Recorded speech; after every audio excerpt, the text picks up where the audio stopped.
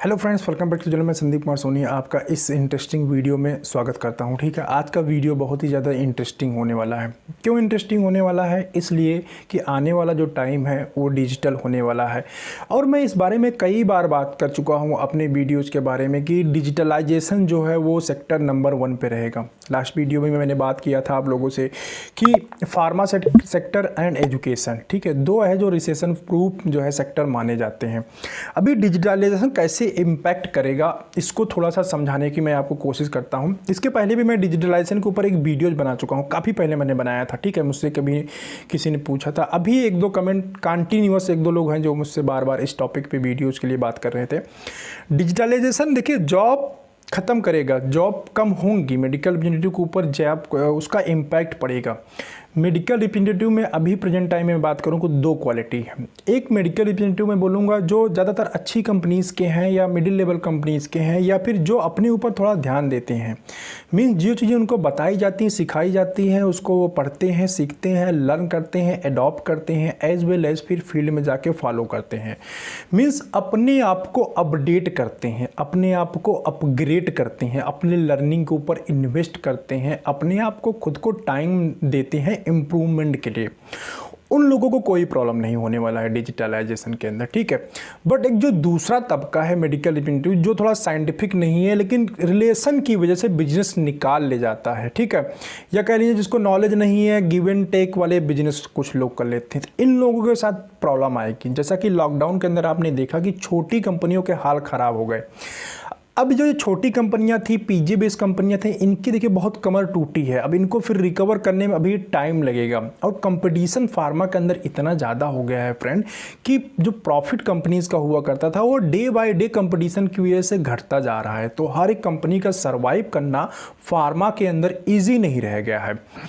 अब जो बड़ी कंपनियाँ हैं ये ऑलरेडी डिजिटलाइजेशन के ऊपर चली गई हैं, ठीक है, और जो नहीं गई थी इस लॉकडाउन के अंदर वो भी डिजिटलाइजेशन की तरफ चली गई, जो रह गई थी वो सब भी हो गई।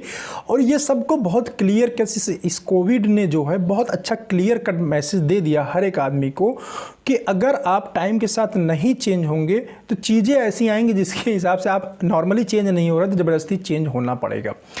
अब देखिए, पहले मैं आपको थोड़ा सा डिजिटलाइजेशन में होगा क्या, मैं इसको थोड़ा सा आइडिया देता हूँ क्या क्या हो सकता है। एक मैं नाम नहीं बताऊंगा अभी, कभी किसी वीडियो में उसके ऊपर पूरा कंप्लीट केस स्टडी लेके आऊँगा। विदेश की एक कंपनी है, वो डायबिटीज़ की मेडिसिन बेचती है। अभी उसका नाम वगैरह डिस्क्लोज नहीं करूँगा, मैं उसको स्ट्रेटजी बताता हूँ कैसे क्या होता है। ठीक है, आप समझिए कि डिजिटलाइजेशन कैसे इम्पैक्ट कर सकता है हमारे जॉब को। एक्चुअली वो क्या करती है, वो डॉक्टर्स को, कस्टमर को इन्फॉर्मेशन प्रोवाइड करती है। वो बेचती है मेडिसिन डायबिटीज़ की। ठीक है, अभी डायबिटीज़ या किसी भी सेक्टर की जो मेडिसिन है ना, उसको सेल करने के लिए 2-3 कैटेगरी है। एक तो जो हम प्रिस्क्रिप्शन के थ्रू मेडिसिन लेते हैं, एक मेडिसिन ऐसी आती है जिसको बोलते हैं ओटीसी, मतलब कोई भी जाके खरीद सकता है, इसको किसी प्रिस्क्रिप्शन की ज़रूरत नहीं होती। इसके बाद ओटीसी कैटेगरी से मिलता जुलता आजकल एक कैटेगरी और आ गई है, जैसे मल्टीविटामिन आपको खरीदना है तो उसके लिए बहुत जनरली प्रिस्क्रिप्शन की ज़रूरत नहीं पड़ती। इस जो ये मल्टीविटामिन वाली कैटेगरी है या लाइकोबीन वाली कैटेगरी होती है मेडिसिन की, उसको बोलते हैं फूड सप्लीमेंट कैटेगरी। ठीक है, ये कैटेगरी बहुत तेज़ी के साथ ग्रो कर रही है। अगर आप मेरे वीडियोस देख रहे होंगे तो मैं इस कैटेगरी के बारे में कई बार बहुत बार कर चुका हूँ। ये कैटेगरी बहुत तेज़ी के साथ ग्रो कर रही है। ठीक है, और ये कैटेगरी ग्रोथ करने का एक बहुत बड़ा रीज़न है, एक तो इसका साइड इफेक्ट नहीं है, दूसरा इसका कॉन्सेप्ट ये है कि बॉडी के अंदर जो बीमारी आई हुई है, जो निकली है बीमारी या जो बीमारी हुई है, वो किसी न किसी डिफिशियंसी की वजह से हुई। तो ये सप्लीमेंट उसी डिफिशियंसी को फिल कर देता है, इसीलिए इसका नाम है फूड सप्लीमेंट। ठीक है, इसीलिए इसका नाम रखा गया फूड सप्लीमेंट। और बहुत सारी बीमारियों में यूज होता है, जैसे पीसीओडी की बात करूँ मैं, ओबेसिटी की बात करूँ, मेल सेक्सुअल डिस्फंक्शन की बात करूँ, लो स्पर्म काउंट की बात करूँ, मल्टीविटामिन्स की मैं बात करूँ और डायबिटीज़ की मैं बात करूँ, तो प्रोटीन पाउडर की मैं बात करूँ, ये सब फूड सप्लीमेंट कैटेगरी के अंदर आते हैं। तो उस विदेशी कंपनी जिसका मैं बात करूँ, उसकी स्ट्रेटजी आप समझिए कि कैसे उसने डिजिटलाइजेशन किया अपने आप को और कैसे वो बहुत अच्छा मिलियंस में बिजनेस कर रही है। उसने क्या किया कि आपने बहुत सारे ऐड देखे होंगे फेसबुक के ऊपर, आपने इंस्टाग्राम के ऊपर, टिकटॉक के ऊपर किसी डिजिटल प्रोडक्ट का। ठीक है, के टेक्नोलॉजी से रिलेटेड खूब ऐड, आजकल तो ये डिजिटल क्लासरूम का बहुत सारा ऐड आ रहा है, ठीक है, आप लोगों ने देखा होगा। तो वैसे क्या करती थी वो अपने प्रोडक्ट के बारे में, डायबिटीज़ के बारे में लोगों को एजुकेट करती थी। जो डेवलप कंट्रीज़ के लोग हैं, क्योंकि हमसे वो थोड़ा आगे चल रहे हैं, हम लोग भी उसी लाइन में आएंगे, लेकिन अभी हम लोग थोड़ा पीछे हैं, ठीक है, इसलिए इंडिया जो है इमर्जिंग मार्केट बोला जा रहा है। तो हो क्या रहा है कि वो अपने पेशेंट को एजुकेट करता है। देखिए आने वाले टाइम, जो आने वाला समय है, तो 2022 के आसपास का दिया गया, मुझे एग्जैक्टली याद नहीं कितना वैल्यू है, 2022 तक जो मैं आपको ये सिस्टम बता रहा हूँ, ये कितने बिलियन दिया था एग्जैक्टली मुझे वैल्यू याद नहीं है, अदरवाइज मैं बताता आपको, ठीक है, मुझे वो इसी मोबाइल के अंदर जैसे शूट कर रहा हूँ, अदरवाइज मैं एग्जैक्ट डाटा बताता कि बिलियन, मतलब वो मार्केट साइज बहुत ज़्यादा बड़ा होने वाला है। होगा क्या, कोई भी डॉक्टर आजकल देखिए, आजकल जो यंग जनरेशन है, पढ़ी लिखी जनरेशन है, जो एजुकेटेड है, जो लोग सिटी में रहते हैं, थोड़ा सा जानते हैं, उनको डॉक्टर कोई भी मेडिसिन लिखता है तो वो ले क्या करते हैं, गूगल पे उस मेडिसिन के बारे में पढ़ते हैं, सर्च करते हैं एक्चुअली मेडिसिन ये किस लिए है, किस पर्पज में यूज होता है। तो आने वाला जो टाइम है वो मेडिसिन का इंफॉर्मेशन गूगल के अंदर जो है सर्च होने की वॉल्यूम बढ़ने वाली है। तो जो लोग ब्लॉगिंग करना चाहते हैं वो मेडिसिन पे अगर डिजीज के ऊपर ब्लॉगिंग करेंगे तो उनको भी बहुत ज़्यादा बेनिफिट मिलने वाला है। तो आदमी क्या करेगा, कोई भी मेडिसिन होगी, कोई भी डिजीज होगी, उसके बारे में पहले पढ़ेगा, उसकी इन्फॉर्मेशन लेगा, फिर वो डॉक्टर से कॉन्टेक्ट करेगा, ठीक है। अभी जो डायबिटीज़ की भी मेडिसिन बता रहा हूँ जो कंपनी बनाती है, वो सिंपली क्या करती है, वो पेशेंट को डायबिटीज़ के बारे में इन्फॉर्मेशन प्रोवाइड करती है, तरह तरह के इन्फॉर्मेशन प्रोवाइड करती है। जैसे आप लोगों ने मेरा इंस्टाग्राम पेज फॉलो किया होगा तो मैं तरह तरह की इन्फॉर्मेशन वहाँ पोस्ट के थ्रू डालने की कोशिश करता हूँ। ऑडियो, विजुअल, रिटन, प्रिंट, हर टाइप से वो इन्फॉर्मेशन प्रोवाइड करती है डायबिटीज़ के बारे में। अब डायबिटीज़ के बारे में जब पढ़ती है, जब ऑडियंस जो होती है वो पढ़ती है तो उसको पेज अच्छा लगता है, उसको काम की अच्छी बातें बताई जाती हैं उसके अंदर। जैसे आपको मेरा चैनल अच्छा लगता है, इन्फॉर्मेशन मिलता है, तो आप मेरे चैनल को सब्सक्राइब करते हो, फॉलो करते हो, सेम सिस्टम वहाँ पे होता है। माइंडसेट वाली बात होती है, जो चीज़ हमें अच्छा लगता है हम उसको फॉलो करते हैं, सिंपल, सभी के साथ है, ह्यूमन नेचर है ये। तो कंपनी क्या करती है, ऐसे बहुत सारा इन्फॉर्मेशन हर एक प्लेटफॉर्म पे दे रही है, टिकटॉक पे दे रही है, इंस्टाग्राम पे दे रही है, अपना ट्विटर पे दे रही है, इसके अलावा जितने भी प्लेटफॉर्म सोशल मीडिया के अवेलेबल सब जगह वो मार्केटिंग कैंपेन भी चला रही है डायबिटीज़ के ऊपर, as well as information push कर रही है, मतलब अपने ऑडियंस को एजुकेट कर रही है और उस एजुकेशन के थ्रू अपने ब्रांड को भी पुश करती जा रही है। तो जब अपने कस्टमर को, अपने ऑडियंस को एजुकेट कर रही है, साथ में ब्रांडिंग कैंपेन चला रही है। अब क्या है कि जैसे आप मेरे पेज से जुड़े हुए हैं, ठीक है, मुझे फॉलो कर रहे हैं, तो अगर मैं कुछ ही बताऊंगा तो आपको सही लगेगा, सिंपल सी बात है, क्योंकि आपका मेरे ऊपर ट्रस्ट है। सेम उस पेज के ऊपर वो जो ये सोशल मीडिया का कैंपेन चलता है वो इस तरह से डिज़ाइन किया जाता है कि उसके ऊपर पेशेंट ट्रस्ट करता है, और जब ट्रस्ट करता है तो वो ब्रांड को परचेज करता है, ठीक है। तो इस कैंपेन के थ्रू वो कंपनी एक कमरे के अंदर बैठे बैठे without any barrier, medical representative की ज़रूरत नहीं है, एरिया मैनेजर, एनएसएम, जीएम, किसी की ज़रूरत नहीं है, सिर्फ एक मार्केटिंग कैंपेन के दम पे वो मिलियंस में सेल करती है उस डायबिटीज़ प्रोडक्ट का। और ऐसे बहुत सारे प्रोडक्ट मार्केट के अंदर हैं जो कोई मेडिकल रिप्रेजेंटेटिव प्रमोट नहीं करता। खासकर मैं बात करूँ मेल सेक्सुअल डिस्फंक्शन की, आप देखिए बहुत सारे एडल्ट साइट ऐसी होती हैं जो इस टाइप के प्रोडक्ट, मेल सेक्सुअल डिस्फंक्शन से रिलेटेड प्रोडक्ट को पुश करती हैं ऐड के थ्रू। आप समझिए उनको कोई मेडिकल रिप्रेजेंटेटिव नहीं है, लेकिन वो इतना अच्छा बिजनेस करती हैं विदाउट सेल्स फील्ड फोर्स, बहुत अच्छा बिजनेस करती हैं। यही है डिजिटलाइजेशन, सिंपल भाषा में आपको बताऊँ तो यही है डिजिटलाइजेशन। अभी आपको बहुत एकदम और सिंपल एग्जांपल देता हूं, आपने क्रोसिन सुना होगा। क्रोसिन अभी जब ये लॉकडाउन चल रहा था, मार्च अप्रैल, क्रोसिन का सेल बहुत तेजी के साथ बूस्ट किया है। जीएसके का ब्रांड है क्रोसिन, बहुत पॉपुलर ब्रांड है। आपको मालूम है ये फीवर वाला सीजन चल रहा, सब लोग लॉकडाउन के अंदर थे, तो आदमी को एक ऐसे ब्रांड की जरूरत थी जिसको वो जानते हो, जिसको वो ले सकते हो। तो इस ब्रांड के बारे में कंपनी ने क्रोसिन के बारे में पहले ही ऐड के थ्रू, टीवी ऐड के थ्रू, सोशल मीडिया, हर एक मीडिया के थ्रू ट्रस्ट डेवलप कर रखा था, जिसकी वजह से क्रोसिन का सेल बहुत बूम किया विदाउट एनी वर्किंग, ठीक है। ऐसे बहुत सारे ब्रांड हैं जिनके सेल बूम किया। यही है डिजिटल मार्केटिंग। डिजिटल मार्केटिंग के थ्रू कंपनीज आने वाले टाइम में अपने ब्रांड के बारे में ऑडियंस को एजुकेट करेंगी। वो कैंपेनिंग हो सकती है, वो पोस्ट हो सकता है, वो कोई भी सोशल मीडिया को कोई भी जरिया हो सकता है। तो यही है डिजिटल मार्केटिंग, ठीक है। अब इसके डिफरेंट वेज होंगे, डिफरेंट तरीके होंगे।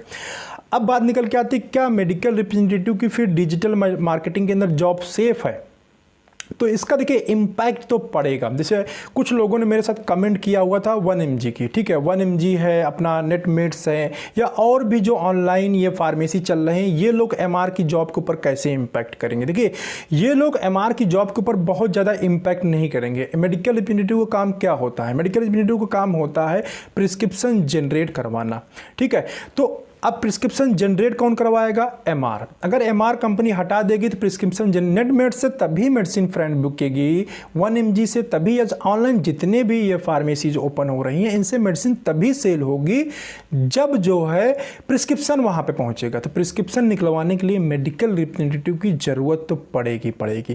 बट जैसे मैंने स्टार्टिंग बताया कि जो ये डेवलप्ड वाले मेडिकल एमआर होंगे जिनके अंदर क्वालिटी होगी डॉक्टर कन्वर्जन को लेके, क्योंकि कंपनी आने वाले टाइम में कुछ ऐसा सिस्टम बना सकती है कि जो ऑनलाइन सेल होती है उसको भी पर्टिकुलर एक एरिया वाइज बांट दिया जाए, डिवाइड कर दिया जाए, ऐसा कुछ सिस्टम बनाया जाए, ऐसा कुछ सॉफ्टवेयर बनाया जाए, ऐसा कोई ट्रैकिंग सिस्टम डिजाइन किया जाए, क्योंकि ऑनलाइन मार्केट इतना ज़्यादा स्प्रेड नहीं हुआ था। आने वाले टाइम में जब स्प्रेड होगा तो कंपनी सेल कैलकुलेट करने के लिए इसको डिजाइन कर सकती है, ठीक है। कंपनी ट्रैक कर सकती है कि इसके एरिया में ऑनलाइन प्रिस्क्रिप्शन भी कितना गया, डॉक्टर ने कहा, मतलब ऑनलाइन जो सेल हुई वो कितनी हुई, किस एरिया में कितना गया। तो इससे कंपनी को आइडिया मिल जाएगा ना कि हाँ वो मेडिकल रिप्रेजेंटेटिव उतना सेल कर रहा है, उस एरिया में उतना प्रिस्क्रिप्शन जनरेट हो रहा है, उस हिसाब से अपने टारगेट को मैनेज कर सकती है। या हो सकता है आने वाले टाइम में जीएसके की तरह कंपनी टारगेट ही खत्म कर दें, एक ही मतलब ऐड रहे कि मार्केटिंग कैंपेन करना है, डॉक्टर से मिलना है, डॉक्टर को एजुकेट करना है, अपने ब्रांड का प्रिस्क्रिप्शन, जो पहले ज़माने में हुआ करता था कि टारगेट और इन सब चीज़ों का कोई खास प्रेशर नहीं हुआ करता था,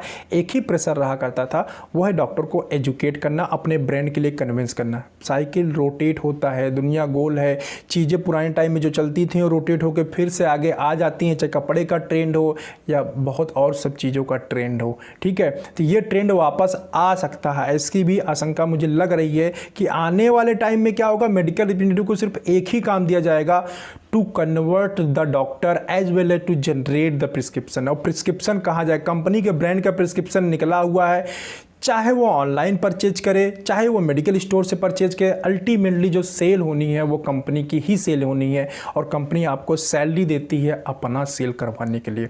तो मेडिकल रिप्रेजेंटेटिव का जॉब चेंज होगा, ठीक है, चेंजेज आएंगे, हो सकता है कुछ इम्पैक्ट हो, बट इतनी जल्दी बोले कि कोई बहुत सारा मेडिकल रिप्रेजेंटेटिव की जॉब ही खत्म हो जाएगी तो फ्रेंड ऐसा नहीं है। डॉक्टर को कन्विंस करने के लिए हम डिजिटली बहुत ज़्यादा डॉक्टर को कन्विंस तो कर सकते हैं, बट एक जो हम खुद ही जाके मिलती हैं उसकी बात अलग ही होती है। और ये हमारा जो ह्यूमन नेचर है, ये कितना भी हम डिजिटल हो जाएं, जो हमारा आपस में बात व्यवहार है ना, ये कभी नहीं खत्म होगा। जिस दिन ये खत्म हो गया ना हमारी ज़िंदगी से, तो फिर ये लाइफ खत्म हो जाएगी। जब हम वो हाइब्रिड वाला जो मूवी में दिखाता है ना, ऐसी सिचुएशन आ जाएगी जब हम हाइब्रिड हो जाएंगे, आधा हम मतलब मशीन रहेंगे, आधा सब, तब शायद ये इमोशंस खत्म हो पाएंगे, ठीक है।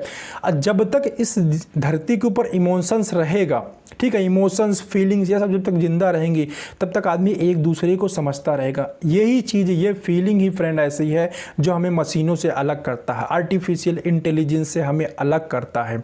तो अब इसको एडवांस होने में जितना टाइम लगेगा, आप समझ लीजिए उतने टाइम तक मेडिकल रिप्रेजेंटेटिव की जॉब सेफ है, क्योंकि इस फीलिंग को कभी भी मशीन जो है चेंज नहीं कर पाएगी, इसको रिप्लेस नहीं कर पाए, चेंज नहीं वर्ड सही है, इसको रिप्लेस नहीं कर पाएगी। क्योंकि डॉक्टर से जब हम कनेक्ट होते हैं तो वो एक फीलिंग होती है, सिर्फ एक ब्रांड प्रमोशन ही नहीं होता, वो हमारा पर्सनल एक फीलिंग होता है डॉक्टर के प्रति, एक हमारा डेडिकेशन ही होता है। एक दूसरे को हम देखते हैं, मिलते हैं, एक सोसाइटी के अंदर रहते हैं, हम एक दूसरे को जानते हैं, ठीक है।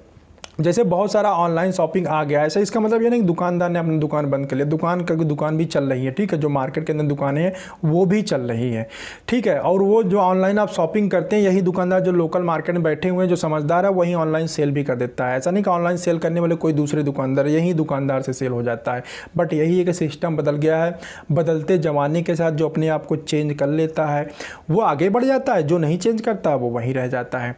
तो डिजिटल मार्केटिंग का कॉन्सेप्ट समझ में आ गया होगा, ठीक है। इसके बावजूद भी अगर आपको कोई कन्फ्यूजन रहता है डिजिटल मार्केटिंग के रिलेटेड, और ये 1 mg नेटमीट के वगैरह जो आप लोगों ने कमेंट किया था उसका भी रिप्लाई मैं समझता हूँ आपको मिल गया होगा। इसके बावजूद भी कोई कमेंट रहता है, कोई डाउट रहता है, मुझे इंस्टाग्राम पे चैट करके आप मुझसे मेरे साथ पूछ सकते हैं, या फिर आप बोलेंगे फैक्ट सीट के ऊपर बात करना, ठीक है। जो डेटाज हैं, ये तो मेरा अपना थॉट प्रोसेस, जो मैं पढ़ता रहता हूँ चीज़ों को, जो है डेटा लेता रहता हूँ क्या हो रहा है। मैंने बोला ना आपको पढ़ना चाहिए, बुक्स पढ़ो, ये ऑनलाइन ब्लॉग्स पढ़ो, ऑनलाइन जो चीज़ें हो रही हैं उनको देखो, समझो, आपको ऑटोमेटिकली आइडिया मिलता जाएगा कि आगे क्या होने वाला है।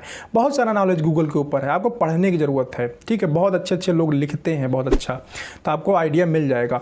चलिए बस इस वीडियो में इतना ही। डाउट रहता है तो आप मुझसे बात कर सकते हैं, मेरे साथ कनेक्ट हो सकते हैं इंस्टाग्राम के ऊपर, या इसी वीडियो में आप मुझे कमेंट कर दीजिएगा। फिर डिजिटल मार्केटिंग के ऊपर एक पूरा कंप्लीट, और डिजिटल मार्केटिंग क्या होती है अगर ये जानना चाहते हैं, टोटल कंप्लीट केस स्टडी, तो मुझे कमेंट करके बताइएगा, मैं उसके लिए फिर स्पेशल वीडियो बनाऊंगा, ठीक है। इस वीडियो को देखने के लिए आपका बहुत बहुत धन्यवाद। Thanks for watching this video.